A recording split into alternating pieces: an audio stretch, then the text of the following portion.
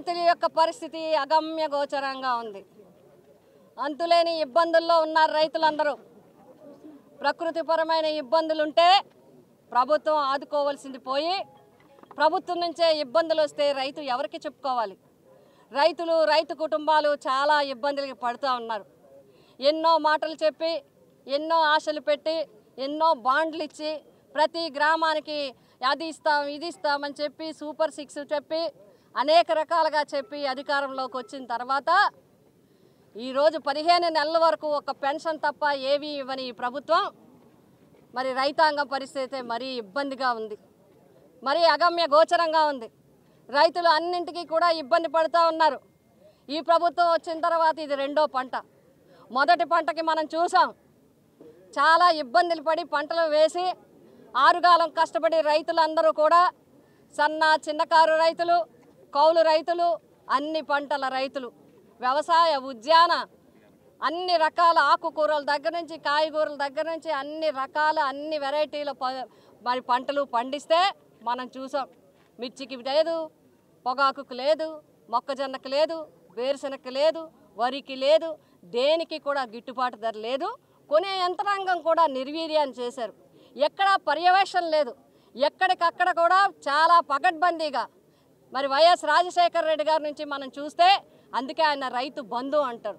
ఆత్మీయ బంధువు ఎవరు రైతాంగానికంటే వైఎస్ రాజశేఖర రెడ్డి గారిని ఎందుకు గుర్తు చేసుకుంటారు అంటే, ఆయన రైతాంగానికి ఇచ్చిన భరోసా అలాంటిది, రైతాంగానికి ఇచ్చిన దన్ను అలాంటిది, రైతాంగానికి ఇచ్చిన సపోర్ట్ అలాంటిది. అలాగా పరిపాలనలో మాటల్లోనే కాదు, ముఖ్యమంత్రిగా అధికారంలోకి వచ్చిన తర్వాత కూడా రైతాంగానికి వెన్ను దన్నుగా నిలబడ్డారు వైఎస్ రాజశేఖర రెడ్డి గారు. ఆయన ఆశయాలకు అనుగుణంగానే వైఎస్ జగన్మోహన్ రెడ్డి గారు కూడా దేశంలో ఎక్కడా లేని విధంగా రైతాంగానికి ఒక సెంటర్ ఒకటి ఉండాలని ఆలోచన చేసి ప్రతి సచివాలయానికి ఒక రైతు భరోసా కేంద్రం పెట్టి అక్కడ ఈ క్రాప్ని అంతా కూడా చేయించడం, అదేవిధంగా ఇన్పుట్ సబ్సిడీ కానీ, ఇన్సూరెన్స్ కానీ అన్నీ కూడా రైతాంగానికి అందించడం, ఎరువులు, పురుగు మందులు, రైతుకి ఏ ఇబ్బంది వచ్చినా కూడా వ్యవసాయ శాఖ అధికారులు తక్షణం స్పందించే విధంగా ఒక కార్యాచరణ తీసుకుని అమలు చేసి చూపించడం జరిగింది వైఎస్ జగన్మోహన్ రెడ్డి గారు. మరి ఈనాటి పరిస్థితి మనం చూసినట్లయితే, మొన్న పండిన పంటకి అందరూ మేము వైఎస్ఆర్సీపీ తరఫున పోరాటం చేస్తే, ముఖ్యంగా మేము ఖచ్చితంగా చెప్తున్నాం, పిఠాపురం నియోజకవర్గంలో 15 రోజులు వెంట పడితే ఒక 3-4 కొనుగోలు కేంద్రాలు మరి ప్రారంభించడం జరిగింది. అప్పటి వరకు రైతుని పట్టించుకున్న వాళ్ళు లేరు, పంటని పట్టించుకున్న వాళ్ళు లేరు. పంటకి ఒక్క మబ్బులు వేసేస్తుంటే గుండెలు దడదడలాడిపోయాయి రైతులకి. వారి పంట అంతా కూడా హైవేల మీద పెట్టుకుని, రోడ్ల మీద పెట్టుకుని ఉన్న పరిస్థితి. అటువంటి పరిస్థితుల్లో కూడా మీరు కొనుగోలు కేంద్రాలు స్వచ్ఛందంగా ఓపెన్ చేయలేదు. కొనుగోలు కేంద్రాలు ఎక్కడో ఓపెన్ చేశామంటే ప్రతి రకంకి కూడా బస్తాకి 500 రూపాయలు చొప్పున ప్రతి రైతు నష్టపోవడం జరిగింది. ఈ విధంగా మీరు రైతాంగాన్ని నష్టపెట్టారు. మళ్ళీ ఇప్పుడు ఈ పంట వచ్చింది. ఈ పంట నారుమళ్ళ దగ్గర నుంచి మొత్తం మొదలు పెడితే ఇప్పటి వరకు మొదట్లో ఏమైంది? అధిక వేడి, అధిక ఎండ వల్ల నీరు లేకుండా పోయింది. పిఠాపురం అది పీబీసీ కానీ, లేకపోతే ఏలేరు కానీ, గోదావరి కానీ ఎక్కడ చూసినా రైతాంగం వర్షపాతం తక్కువగా ఉండడం వల్ల మరి చాలా ఇబ్బందులు పడ్డారు. అది అయింది, ఏదో నారుమళ్ళు మొదలు పెట్టారు అని అనుకుంటే ఈరోజు యూరియా కొరత. ఈ మధ్యకాలంలో ఎప్పుడు కూడా యూరియా కొరత లేదు. రైతుకి ఏంటి అలవాటు? ఏ కౌలు రైతు కావచ్చు, సన్నకారు కావచ్చు, చిన్నకారు కావచ్చు, ఎవరైనా సరే పొలానికి పోతూ ఎరువు బస్తా తీసుకుని జల్లేసి చక్కగా వ్యవసాయాన్ని చేసుకునే పరిస్థితుల నుంచి ఈరోజు రోజంతా మానుకుని రోజులు తరబడి సొసైటీల దగ్గర లైన్లో నిలబడే పరిస్థితి ఈరోజు ఈ ప్రభుత్వం తీసుకొచ్చింది. ఇదేనా కూటమి ప్రభుత్వం యొక్క సుపరిపాలన? ఇదేనా సూపర్ 6 ఇచ్చే పరిపాలన అడుగుతా ఉన్నాం. మేము ప్రశ్నిస్తూ ఉన్నాం, రైతాంగానికి ఎందుకు ఇన్ని కష్టాలు పెడుతున్నారు? మీరు పర్యవేక్షణ చేయలేరా? కేంద్రంలోనూ రాష్ట్రంలోనూ మీరే భాగస్వాములై 3 పార్టీలు కలిసి కూటమిగా ప్రభుత్వాన్ని ఏలుతున్నారు కదా, ఎందుకు మీరు కోఆర్డినేషన్ చేయలేకపోతున్నారు? ఎందుకు కొనుగోలుదారులతో మీరు మాట్లాడలేకపోతున్నారు? ఎందుకు షాపుల వాళ్ళతో మీరు మాట్లాడలేకపోతున్నారు? ఎందుకు ఇవన్నీ ఇచ్చి అధికారులు పర్యవేక్షణ పెట్టి చేయించలేకపోతున్నారు? ఈవేళ మీ వల్ల బ్లాక్ మార్కెట్లో యూరియా వెళ్ళిపోయే పరిస్థితి ఉంది.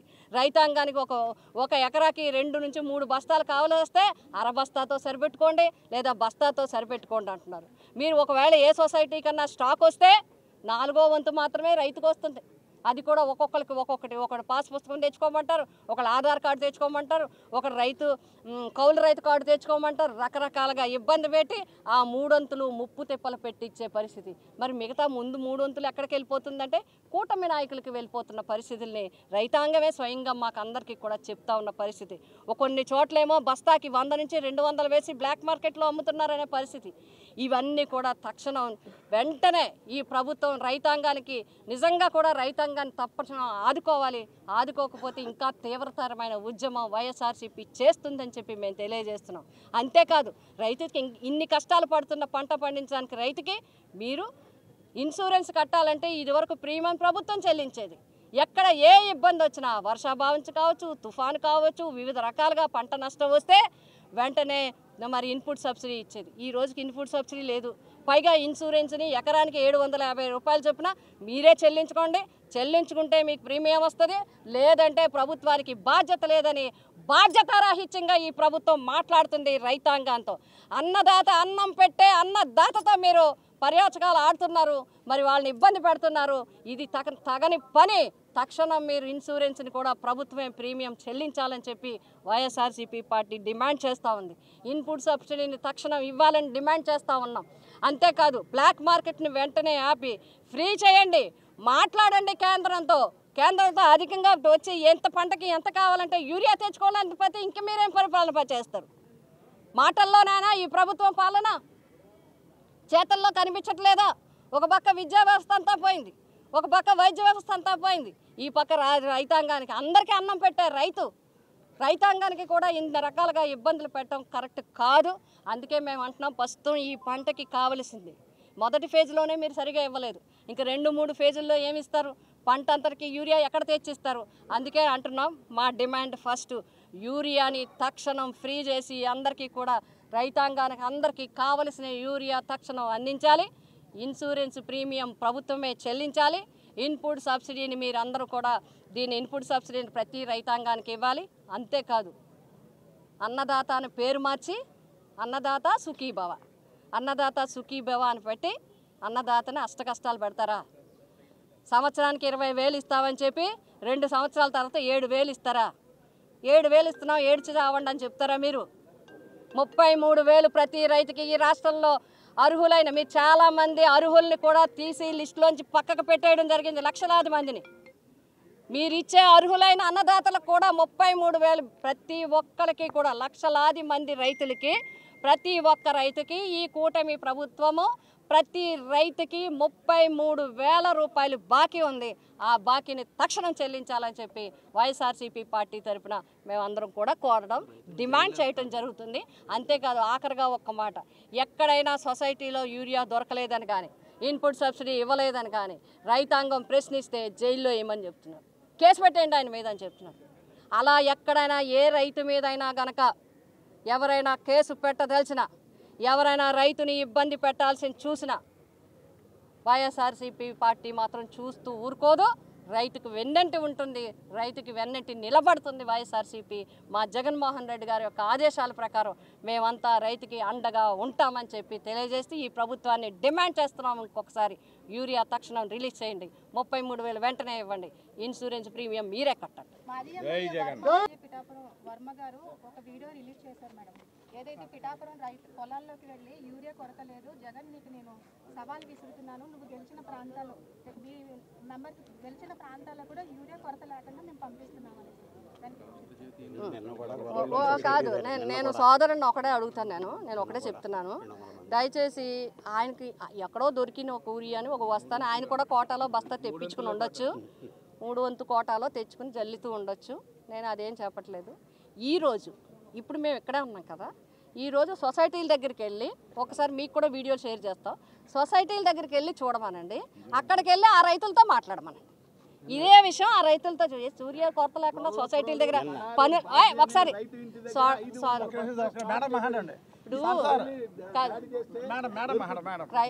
ఇప్పుడు కొరత లేకపోతే ఒక ప్రశ్న వేయమనండి. ఆ లైన్లోకి వెళ్ళి ఇప్పుడు లైన్లో ఉన్న రైతుల దగ్గరికి వెళ్ళి యూరియా కొరత లేకుండా పనులు మానేసుకొని మీ సొసైటీ దగ్గర లైన్లో ఎందుకు నుంచున్నారని వాళ్ళని ప్రశ్నించమనండి.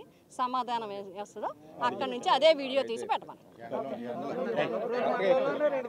ఏమీ అవ్వలేదు. ఇగో ఇప్పుడు మాదాపురం ఈయన ఉన్నారు, మీకు చాలా చోట్ల అయిపోయాయి. దేంట్లో అంటే రికార్డులో అయిపోయి ఉండొచ్చు, శాంక్షన్ చేసేసామన్నారు, బట్ పనులు మాత్రం అవ్వలేదు. ఎక్కడికక్కడ ఇబ్బంది. అందుకే మనకి ఏలేరికి కూడా ఆయకట్టు శివారున ఉండడం వల్ల మనకి ఎందుకు ఇబ్బంది ఎక్కువ వస్తుంది అంటే సరైన వర్క్స్ జరగకపోవటం వల్లే నీటికి ఇబ్బంది వస్తుంది. ఇదంతా కూడా పూర్తిగా అవాస్తవం. ఎవరైతే మన చైర్మన్ గారు ఉన్నారో వారిని ఒక్కసారి పర్యవేక్షణ చేసి ఎక్కడెక్కడ పనులు అయినాయో నేమ్ వైజ్ పేపర్కి ఇమ్మనండి. అది రైతాంగానికి అర్థమవుతుంది. మేడం ఫైనల్ గా ఈ రోజు రేపు 50,000 మెట్రిక్ టన్నుల యూరియా అయితే రాష్ట్రానికి వస్తుందని చెప్పి చంద్రబాబు ప్రభావం అంటారంటే యూరియా కొరత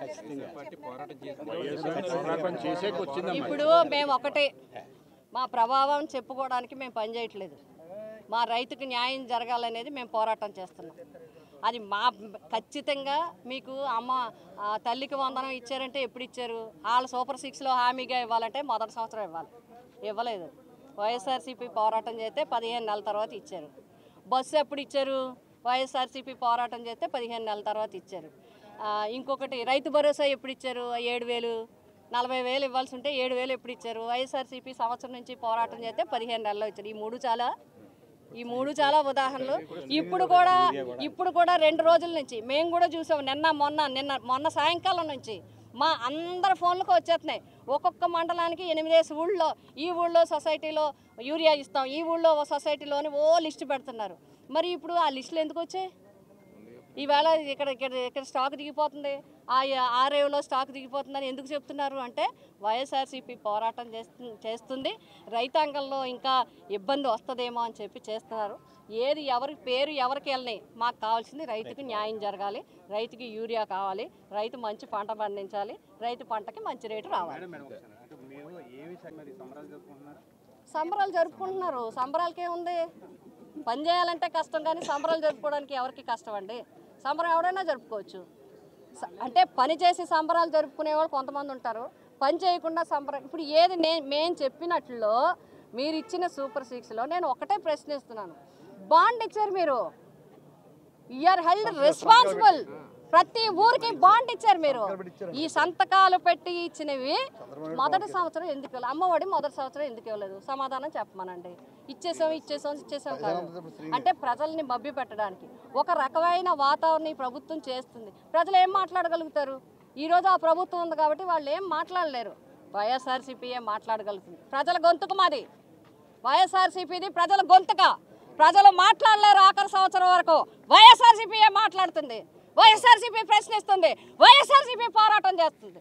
తెలుగులో ఫాస్టెస్ట్ న్యూస్ ఇప్పుడు కొత్త అవతారంలో 5 సెకండ్లోనే పూర్తి వార్తా సమాచారం మీ చేతిలో.